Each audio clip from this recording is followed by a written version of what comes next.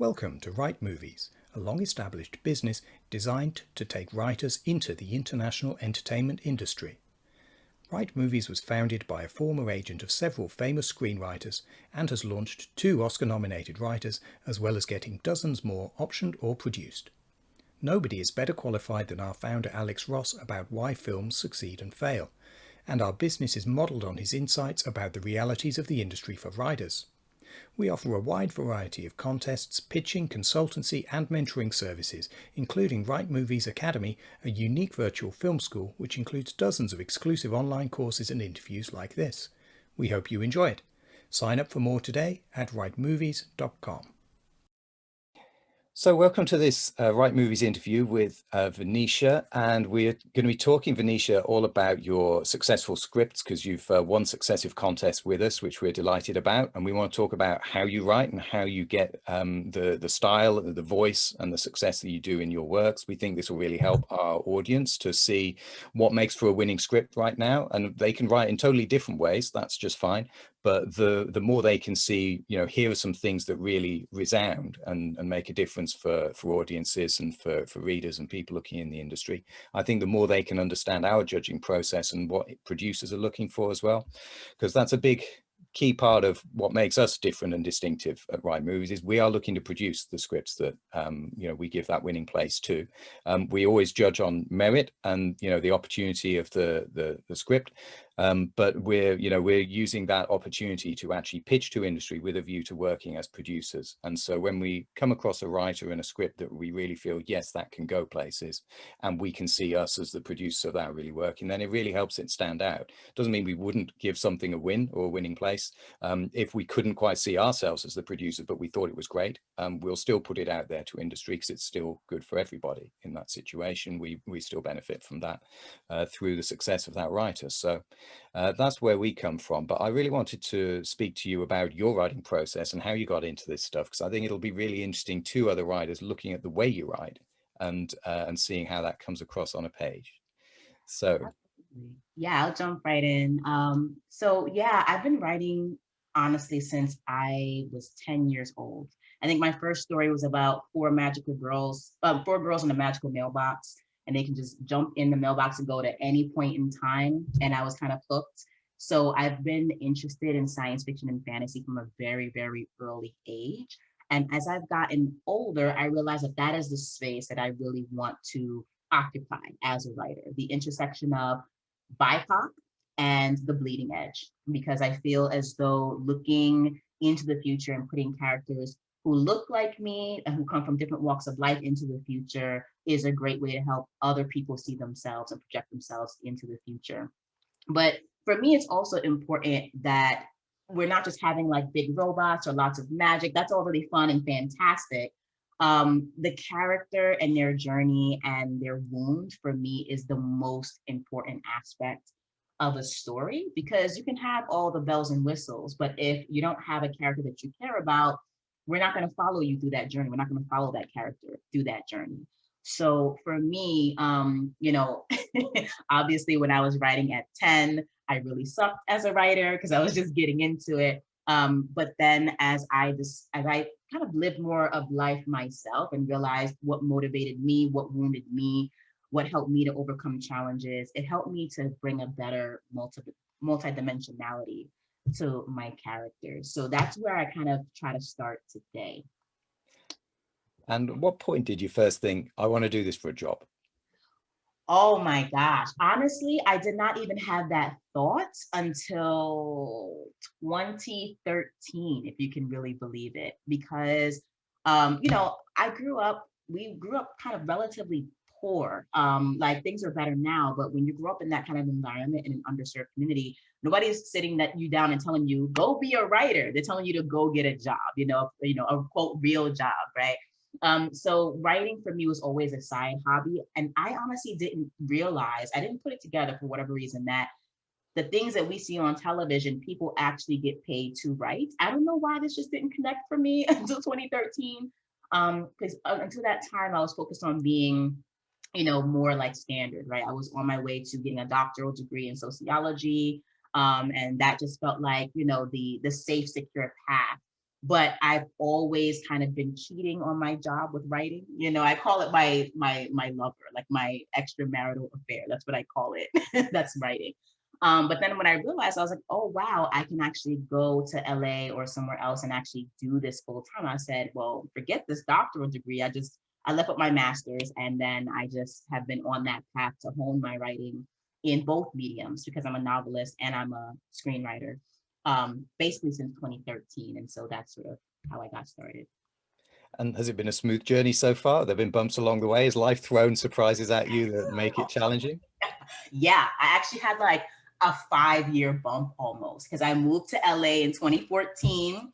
I was ready to take on, I was ready to like go into like a mail room at an agency and just be like the assistant and be, you know, just do the crazy life. But then when I got there, I found out that I was with child. I actually, like, because I have a daughter. And so Hollywood is not exactly the most benign place to be a mom. And so I said, well, I'm going to just take a minute and focus on raising my daughter and being, you know, more stable, what have you. And I honestly took, I would say at least a 4-year hiatus. I was still writing, but I wasn't actively pursuing my career the way that I wanted to. I just, again, fell back into that standard mode. But then when I went to get my second graduate degree at U of A in theater arts, I was able to kind of reintegrate those aspects of my life. So the writing never went away. It's just me pursuing it doggedly, had to take a break while I decided to be a mom. And now I'm just full force because she's older. She's 7 now. I'm like, you don't need me in your face 24/7. So mommy's gonna do what mommy has to do. But yeah, definitely some major, major barriers there. And so tell us about where you are right now. You know, you still work a lot in arts and culture, you know, by day as well as just as a writer. Is it a vibrant place to be based? What's wonderful about where you are? Oh gosh. Okay. So I am actually a theater teacher at an urban high school in Harlem. And I get to direct shows as well as teach theater. And recently, my job has been upgraded to me being a theater, film, and television teacher. So now I get to integrate film and TV as a curriculum and teach high school students that. And it is fantastic. I've been very blessed and very lucky to be basically working in what I want to do, that and have it also support what I want to do, if that makes sense. So I'm able to do that at work, and I'm able to also continue my writing at home as well. I tend to direct 2 shows a year at the high school level. And then soon I am going to be getting into independent filmmaking, probably as of next summer. But all year round, it's novel writing and screenwriting as well. So I have to say I have a pretty blessed life in that way. Yeah. And I have a saying that, you know, if you want to work in an industry, there's no substitute for working in it. You Right. must find that actually putting on shows, working with talent, albeit totally raw talent, Yes. you know, and Very just raw. seeing the life difference, the life change you can make by inspiring people with, you know, our area of work can really Yes. help. Absolutely. And just having these younger minds, what, because I didn't grow up, as I mentioned before, with the knowledge that I could do this as a career, that I could, you know, be a writer, a filmmaker. But now I'm able to bring a totally different level of knowledge and awareness to, you know, kids who are 14 to 18 years old who can decide earlier on, this really inspired me. This is what I want to do. So that's been great in that way. And also, I find every time I work as a producer or work in commercials or anything that, you know, is related to our industry, it gives you those insights and the extra sort of skills to know what it is the other professionals need when they're looking at your script. So what will the sound guy see here? What will the casting person need? What are the different details that'll go out? Mhm. So how does it help you? Have you learned anything? Because you've also got production credits yourself, as well as just, you know, high school theatre and things like that. How has it helped you improve how you write and how you write? Because a script is a blueprint, right? It's there for people to take on and each spin up their own part of the architecture from. Yeah, absolutely. Being on the production side, the producing side, and I've also done a little bit of editing as well. All of those different roles have definitely influenced the way in which I write. I find that I am as economical as I can be in my writing. Still working on that. Definitely still working on that.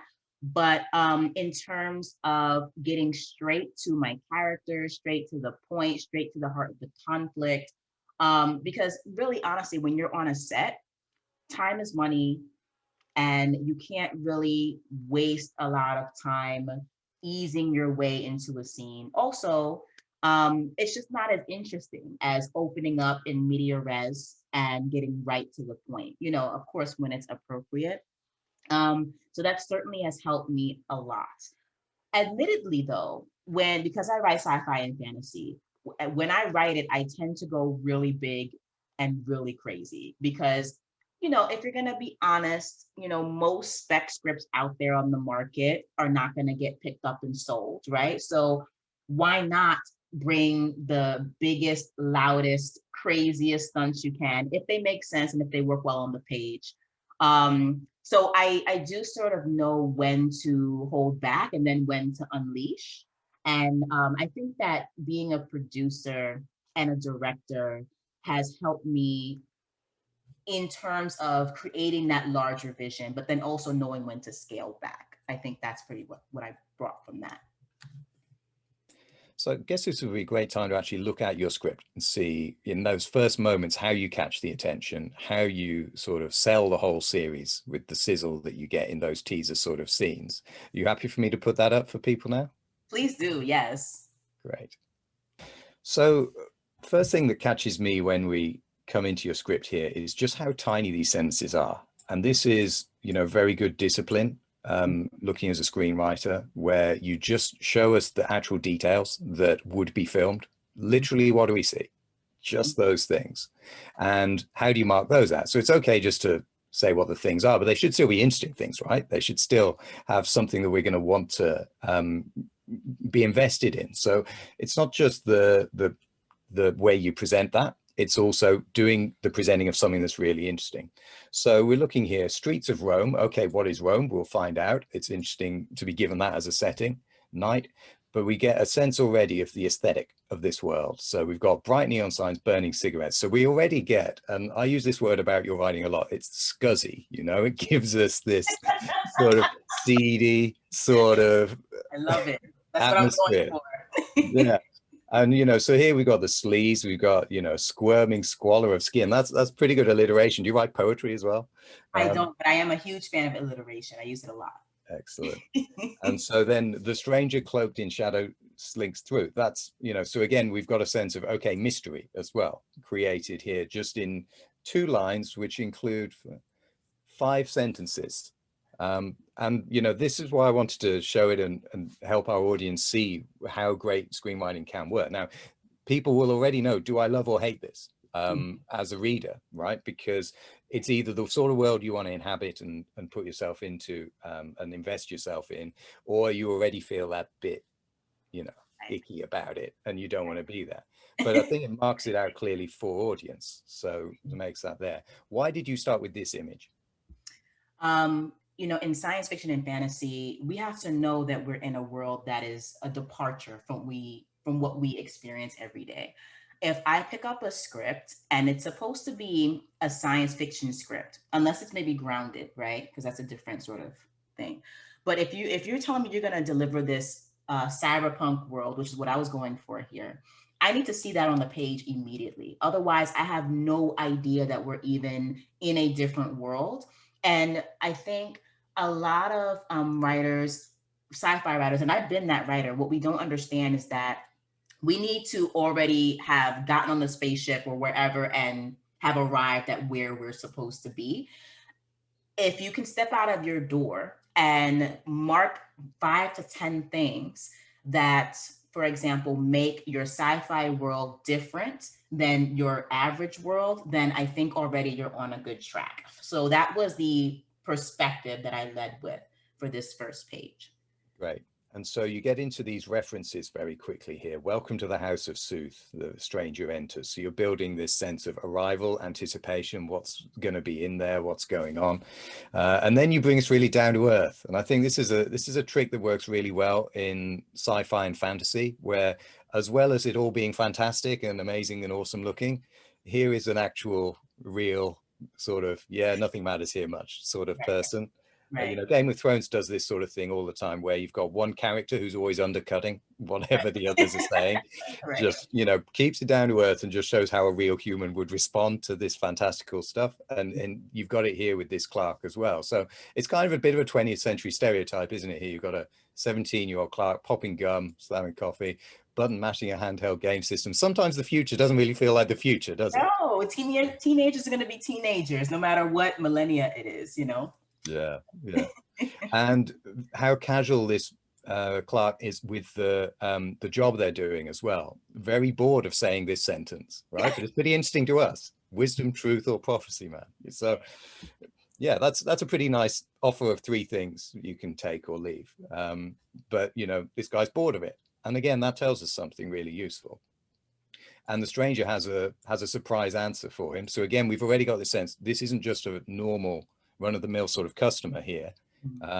This is taking us in a new direction. It's not just going to be a routine interaction. And you get it as well from the voice, not human here. And so the scene then plays out with a bribe going on here. And we get into what the stranger wants to do when they go upstairs. And we've got introduction to the world going on from what's going on here. It seems somewhere between a brothel and a fortune teller sort of atmosphere we're getting here. It's so trashy, but I love it. And you know, that is grounded, right? It keeps us you know, hooked in the reality of this place. It's not all big speeches and all the sort of self-indulgent sides you can get with sci-fi and fantasy. And so we have a turnaround here, strange way to beg for your life. And the soothsayer says, not for mine, for yours. So this, again, anchors us in, right, this is someone who's deeper than just the scenario they're in here. We've got this sense that there is someone who knows that their life is in danger, but even so sees a bigger picture and doesn't plead for it to keep themselves in this scenario. They already know what's going on here, and it's already inevitable in its way. So again, we're dealing with fate, and that's a really interesting concept. Human beings are really awkward around this idea of fate. Yes, absolutely. And so we come then to the sort of hook moment at the end of the teaser scene here, where we've then got a sequence of deaths where all of these doors are going to be open in sequence, and all of the people inside them are killed, all of these soothsayers. And that's our teaser, right? And we've been pretty teased there, I'd say. So talk me through your concept here, Vanisha, about what it is you're trying to establish by this stuff, and why you thought this would be the most interesting, distinctive, eye-catching way to do it at the beginning of your script. Oh, I was so in the zone when writing this scene. The entire idea behind When in Rome, as you so eloquently just stated, is man's struggle with fate.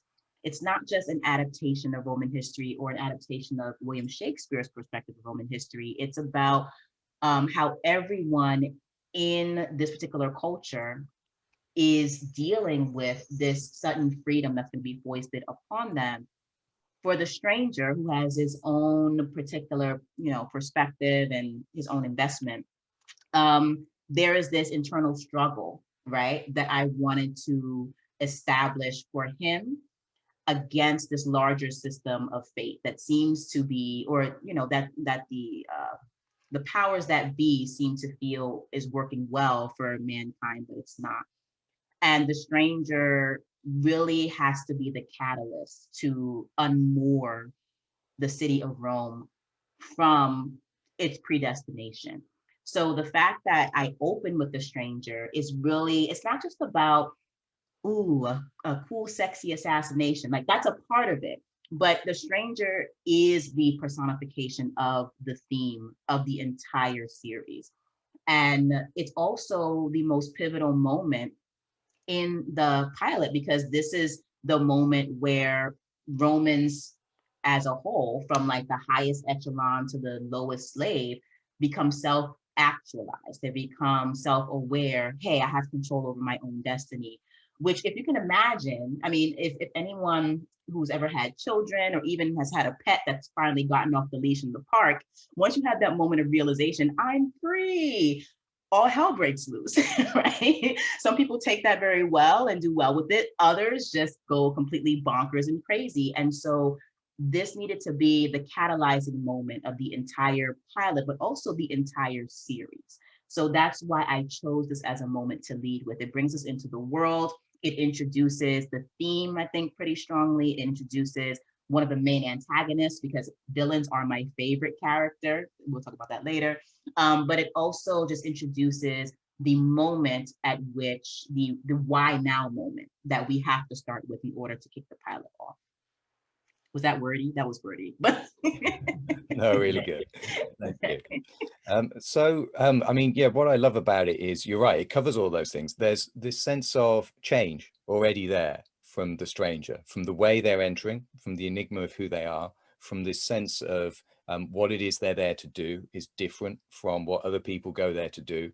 And of course, you know, ending with a series of assassinations in such a planned, methodical way, you know that change is coming to this world.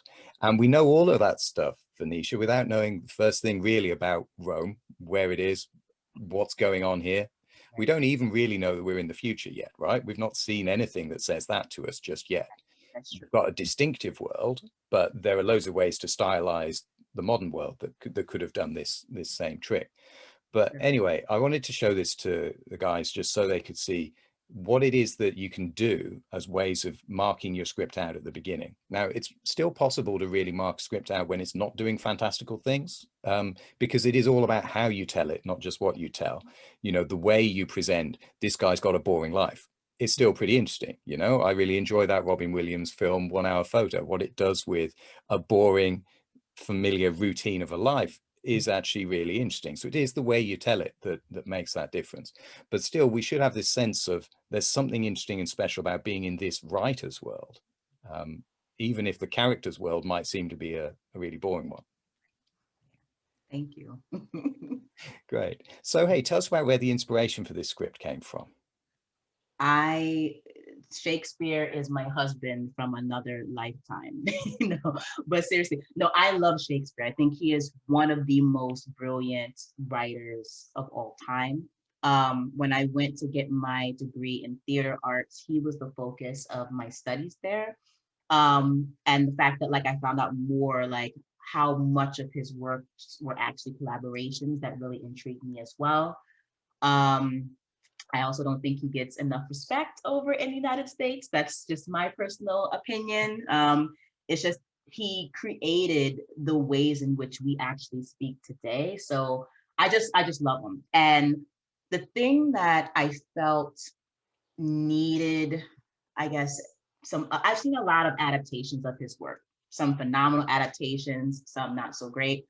And me being someone who's dedicated to the BIPOC and the bleeding edge, I'm like, hold on, how come we don't have some sci-fi Shakespeare? Where is that? You know, I mean, so I, as I was studying him in my master's program, I really loved his Roman history tetralogy, which is comprised of Julius Caesar, Antony and Cleopatra, Coriolanus, and Titus Andronicus, which is one of my favorites. Also really love Coriolanus a lot. I think that's underrated in terms of his larger of. And I was like, well, I love sci-fi and I love Shakespeare, so let's put these things together and see what happens. And then I also was studying as a dramaturg, and as a dramaturg, which is also not, it's a position that's getting more recognition and understanding in the United States now, but it's not nearly as prolific as it would be, for example, in the UK, right? So we learn here how to break down scripts, take them apart, put them together, analyze them, support them, research them. My dramaturgy program was very multifaceted. We did classical dramaturgy, we did experimental dramaturgy, and we did new play dramaturgy, as well as production dramaturgy and musical dramaturgy. So by the time I was done with that program, I was I felt like I was ninja assassin in terms of how to develop connecting tissue that can tie in Shakespeare's work with actual Roman history. Because in essence, he is an adaptation writer, right? I mean, in many ways. I mean, he wrote like the blockbusters, the adaptation blockbusters of his time, right? Can you tell how much I love him? I love him so much.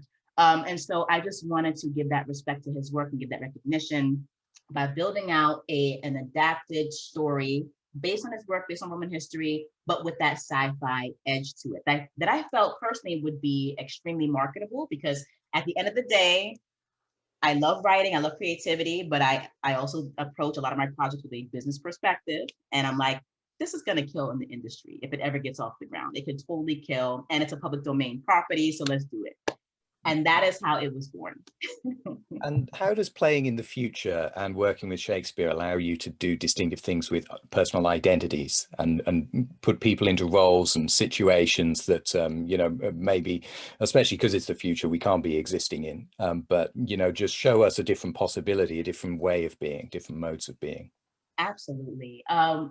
For me, playing around in the future, especially when you get into like the cool sci-fi tech part of it, it allows me to do like a lot of things that can bend reality, that also expose the truth of Roman history. Like, so for example, if you were to look at Roman history just off the bat from what you learn in classes and what you see in adaptations, a lot of the women are kind of cut out the story, you know, I mean, in terms of what we see on television, right?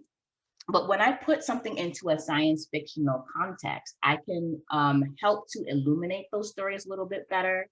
I can help to, for example, there's like some time bendiness involved in like the later series.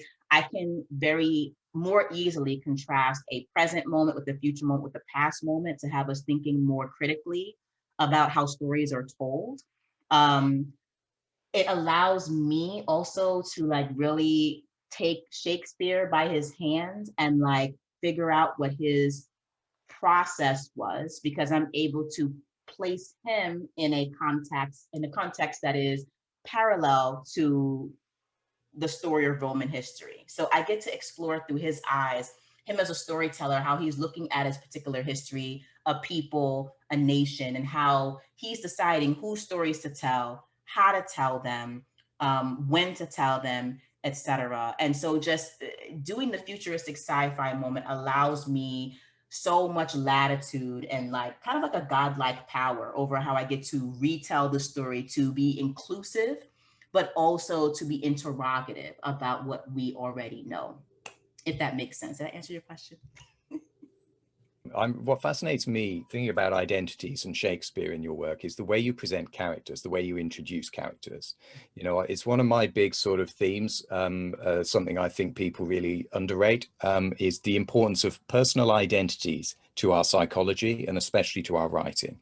You know, we use these all the time to help us understand strangers and how do I relate to this person? What is it that's understandable and relatable? Because if we couldn't put strangers into boxes in some way, life would be really exhausting, especially Right. for neurotic people.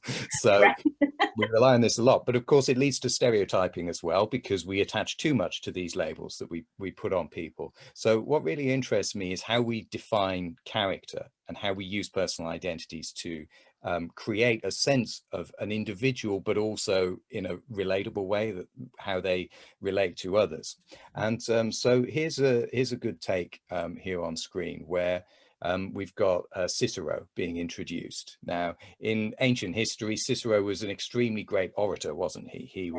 He spanned several generations, and he was always kind of like the chronicler in the sort of Senate of his time, of the ups and downs of a long sequence of Roman rulers. And so here you introduce him as a man whose words shake mountains, storms in.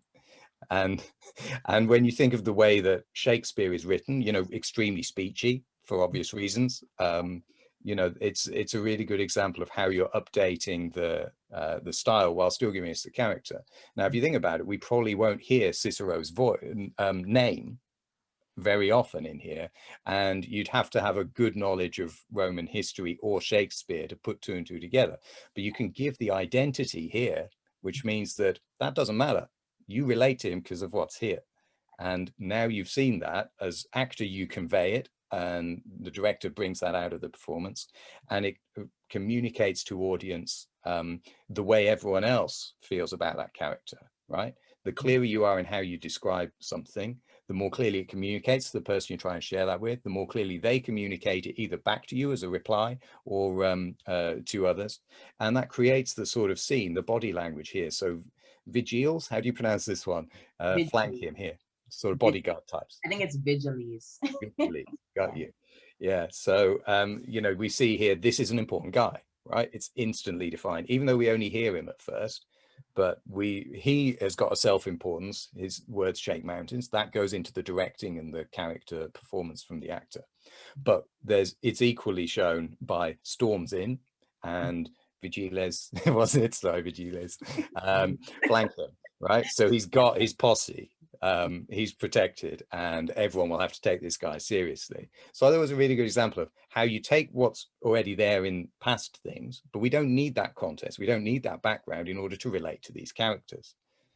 Can I run by you a few of your other character introductions? So I think they really speak well. I love all these characters. Yes, let's do it. So let's see, I'll try and find and see if we can pull these in. So yeah, how are we introducing Nox? A creature more shadow than woman. Watch it. That's good, right? Thank you. Yeah. It just gives, all of this helps create that world for the director to work with and for the characters to inhabit as well. And if we know that description, even though of course the audience never get to see that line, right. They'll see what she says, but actually the way she says it has been told to them by this line of direction. She'll probably have quite a sort of deep and absorbing sort of voice. She'll talk differently. She won't just talk like I'm talking now. Right. There's going to be something different about her.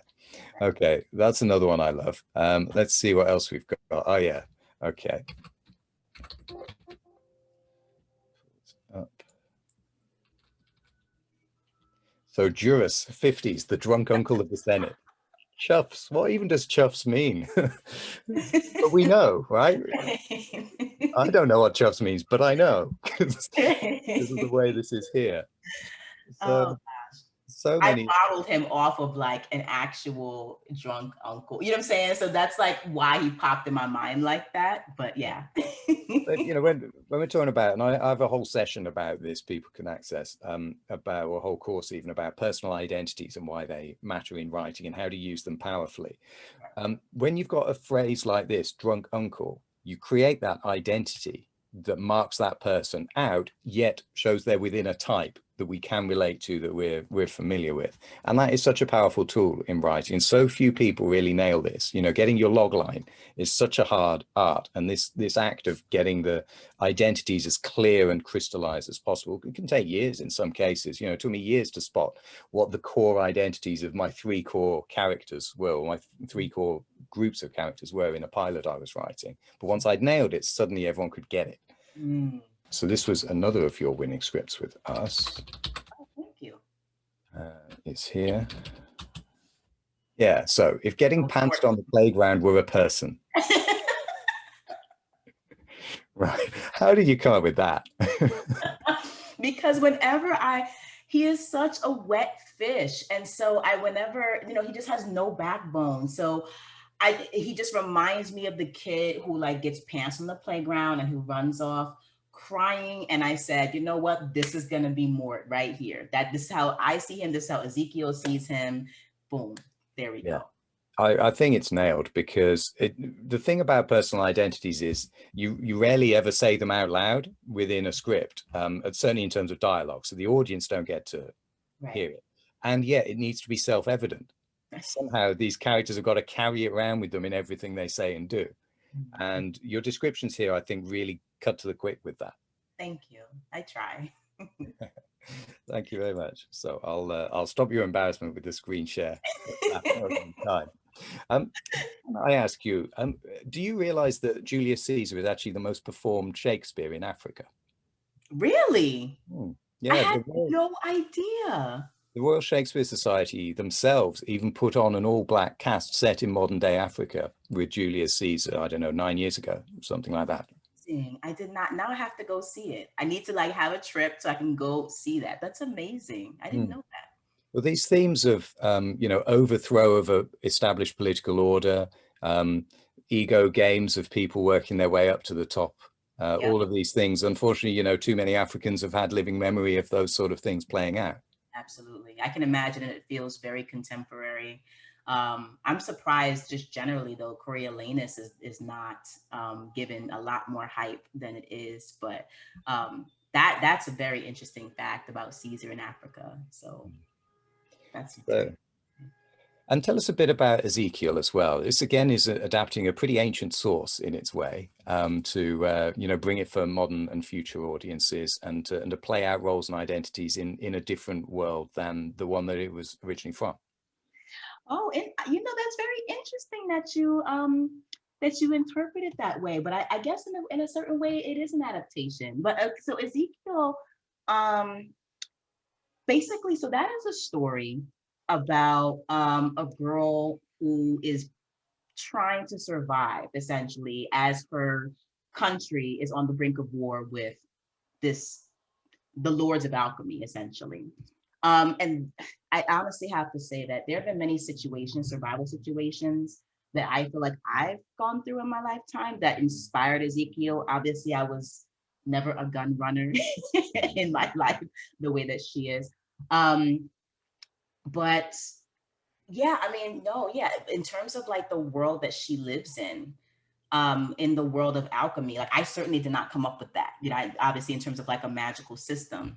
But what interests me about alchemy is that it in and of itself as a world, I think in many ways has been deeply anglicized.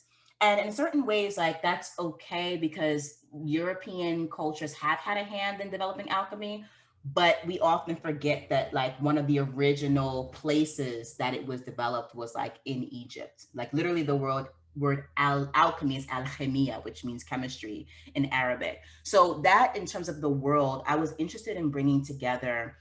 I think my general perspective is like, I like to highlight the hidden histories of things that we think we know, and put them into contexts that force us to project ourselves and our own experiences into these worlds and ask ourselves, what kinds of choices would we be making if we were in a survival scenario where, these larger powers have taken over and, we have no other choice but to A or B. So I think for Ezekiel specifically, what drew me into that story, just not only in terms of the alchemy background, but with her, she's just a tough little cookie. And I think that I enjoy following her journey. I was also writing Ezekiel at the time where dystopian started to really kind of take off. We had like the Hunger Games, Divergent, and everything like that happening in the States. I had started writing Ezekiel like as like a franchise in 2009, and then I published my books in that series in like 2013 and beyond. And so, yeah, I enjoy watching her use her skills to overcome this seemingly like massive behemoth. I think that's how you say that. In this established order that she has like no power in. But thank you for reminding me that it's like actually an adaptation, because I've been like owning it so long in terms of like her story. I'm like, oh snap, I forgot like there's this whole world of alchemy that I did not create, that I am borrowing, which is true. Yeah, but you make it yours, and the world of the story and where you take that is totally your own freedom, and that's what's great. Where you can be building on stuff that was already there. But if in when in Rome you decide to kill off your Caesar character in episode 2, Right. Shakespeare's not going to kick up a stink about it. Right. Exactly. And so alchemy, what drew you to that? It is a familiar sort of thing, but in our sort of back history, it's not something that gets talked about that much. It's the origin of chemistry, as you say, and halfway between magic and our modern understanding of chemistry at times. But what drew you to that as a sort of potential thing? It allows some magic for you. Yeah, I think it was just the fact that I wouldn't necessarily say it's untapped per se. I've seen a lot of alchemy stories. I love the vastness of the world. I think at heart I'm an explorer.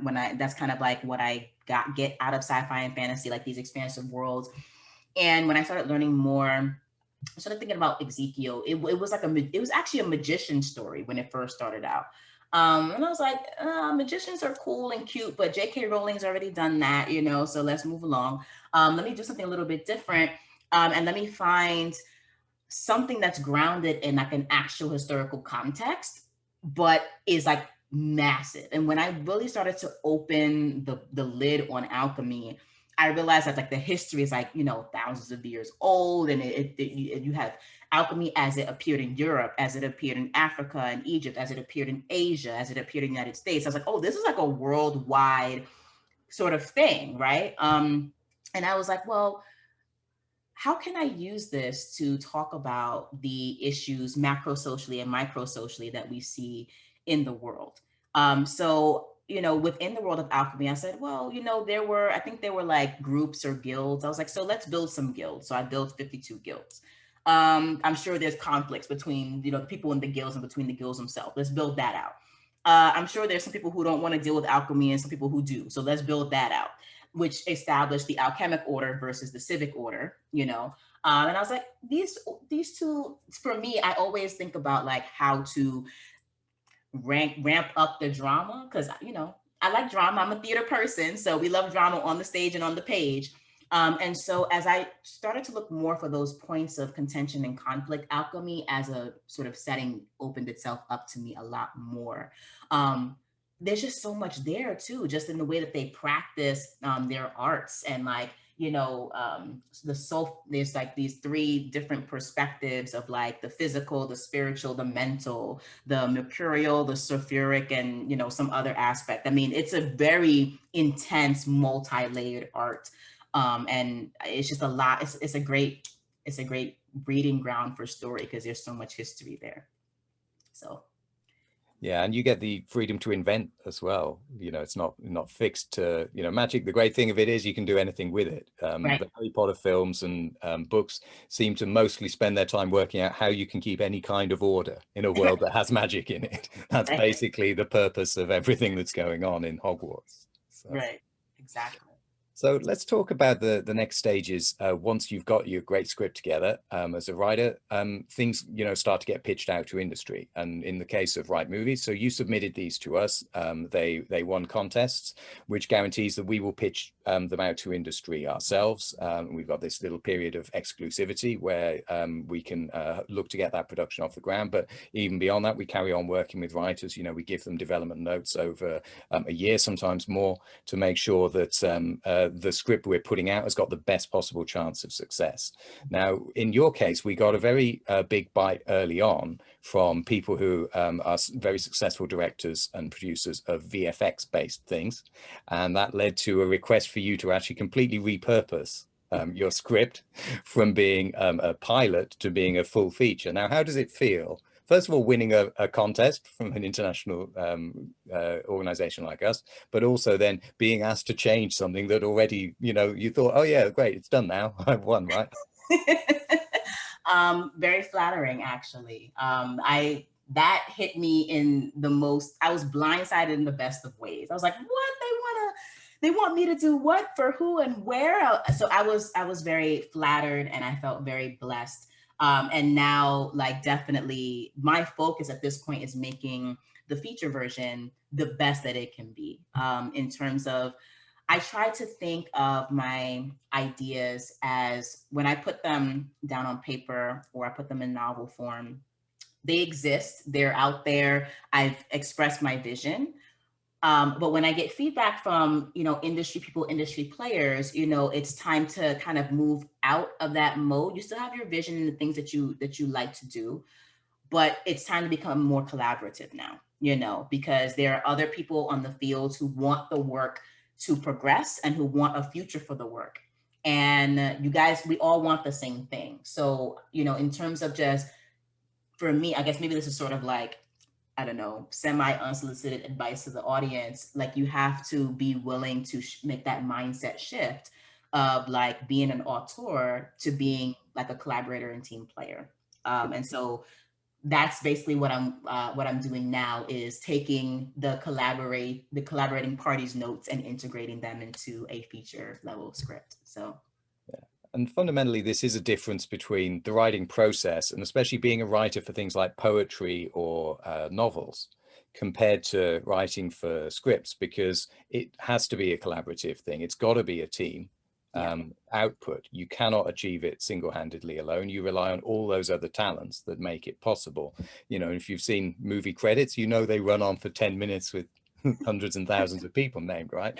So all of those people have to somehow get what they need out of your script. And that, you know, it's not easy to let go, is it? But I suppose with your background as a dramaturge, you must have known that, you know, yes, this is a collaborative thing we create. That's how script writing works. Absolutely. And I also just satisfy my own ego by being a novelist. Like when you have an outlet where you can be the tyrannical dictator of everything you want to be on the page, it helps you to take the ego out of other media that you work in. So I get to be egotistical over here with my novels, but when it comes to being a script writer, screenwriter, collaborator, like it's just time to get on board and work with the team and do what you have to do. So yeah, great. And so, you know, these things are always open-ended, aren't they? You never know when the process of development finishes either. You know, you might have got your option, you might have been paid, it might now be entering into production. But, you know, I've had so many things when I was in studio where you know, suddenly they're going to change this dialogue or they're going to strip this down, and you've got to respond to it and change and turn something around really quickly, even though there's a really good intricate reason why all of these lines need to be exactly like they are. And it's gone through so many levels of editing and approval to get there. But, you know, in the moment on stage, you know, people struggle to say certain lines and you've got to change them. right, exactly.